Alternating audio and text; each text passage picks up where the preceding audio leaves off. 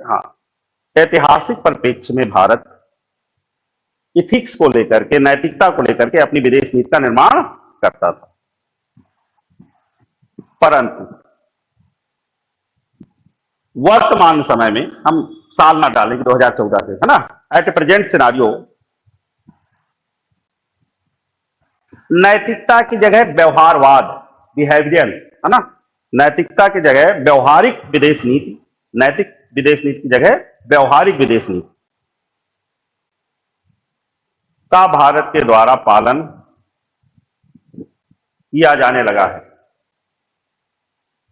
ठीक है ना भाई, हम एक वर्ड डाल रहे हैं। पहले हम क्या थे, एकदम इथिकल थे, है ना, एकदम जो हमारी ऐतिहासिक जो भूमिका थी कि नहीं भाई हमको, है ना, क्या करना है, एनी हाउ जो है हमें जो है विश्व बंधुत्व वाली नीतियां करना है। लेकिन अब हम चाहेंगे कि विश्व बंधुत्व की नीतियां रहें, लेकिन भारत का उसमें कोई हित है कि नहीं। जैसे मान लीजिए, कल मैं उदाहरण दे रहा था कि भाई बांग्लादेश का हमने निर्माण कराया, निश्चित तौर पर उसमें हमारे भी हित थे, ऐसा नहीं कि हमारे हित नहीं थे उस समय। अब बाद में आज आलोचना आप कर सकते हो, बात की बातें।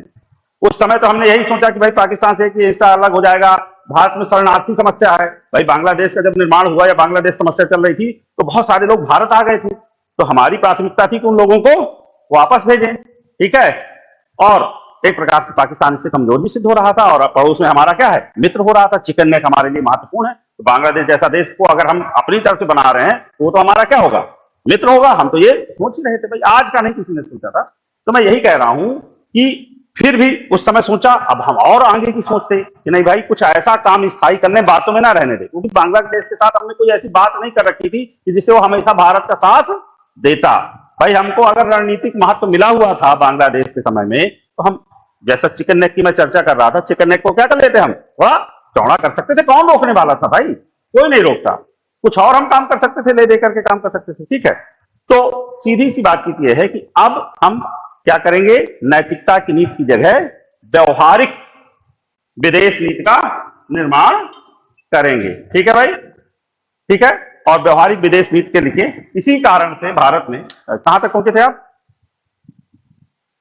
किस जगह पहुंचे थे आप, इसलिए आप, हाँ, पालन किया जाएगा व्यवहारिक विदेश नीति का। नैतिक विदेश नीति जो शुद्ध विदेश, उसके साथ और अच्छा डाल सकते हैं एब्सोल्यूट इथिकल जो है फॉरेन पॉलिसी की जगह एब्सोल्यूट वर्ड डालिएगा। एब्सोल्यूट इथिकल पॉलिसी की जगह हम क्या डाल रहे हैं, है ना, जो व्यवहारिक विदेश नीति हो वही अच्छा होता है। ठीक, इसका सबसे ताजा उदाहरण है, अब आराम से लिख लीजिए, इसका सबसे ताजा उदाहरण है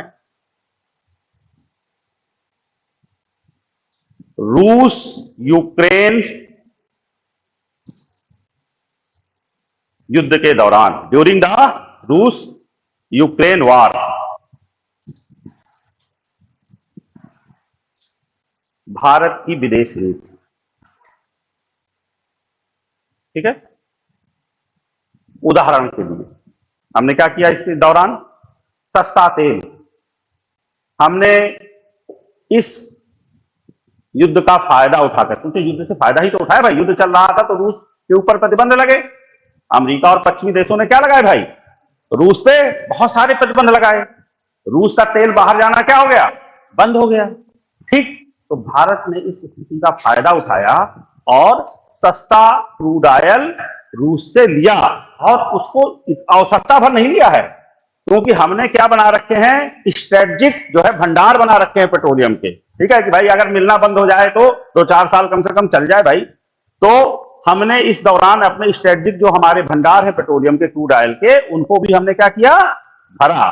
तो हमने व्यवहारिक रणनीति अपनाई और फायदा उठाया। ठीक है, इस स्थिति का फायदा उठाया और हमने क्या खरीदा, रूस से सस्ता तेल। क्लियर है ना, ये बात हुई थी।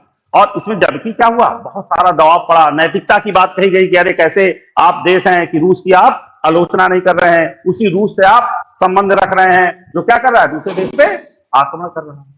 लेकिन हमने इसकी परवाह, और समय होता निश्चित तौर पे हम परवाह करते और रूस के साथ कम से कम तेल तो सौदा ना करते। ठीक है, ध्यान रखिएगा, ये एक प्रमाण है इसका। भारत, हमको क्या उदाहरण से सिद्ध करना है और कई नीतियां आएंगी। ठीक है, इसी प्रकार से भारत ने इजराइल फिलिस्तीन जो संघर्ष है उसमें रुख अपनाया, आलोचना की इजराइल की, ऐसे नहीं कि हाँ ठीक है, एक तरफ फिलिस्तीन के भी हम कहते रहे। ठीक है, लेकिन हमने इजराइल से इसी दौरान निकट के संबंध रखे, वहां पे हमने श्रमिक भेजे।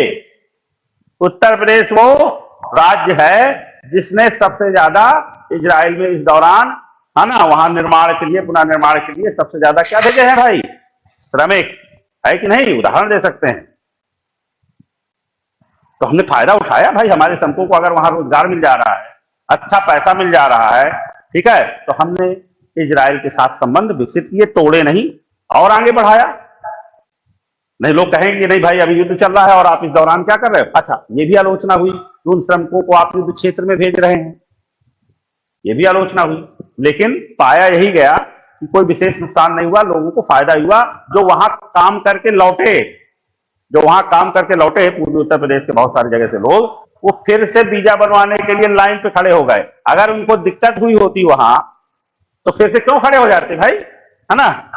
तो बहुत सीधी सी बातचीत ये है कि ये व्यवहारिक विदेश नीति है।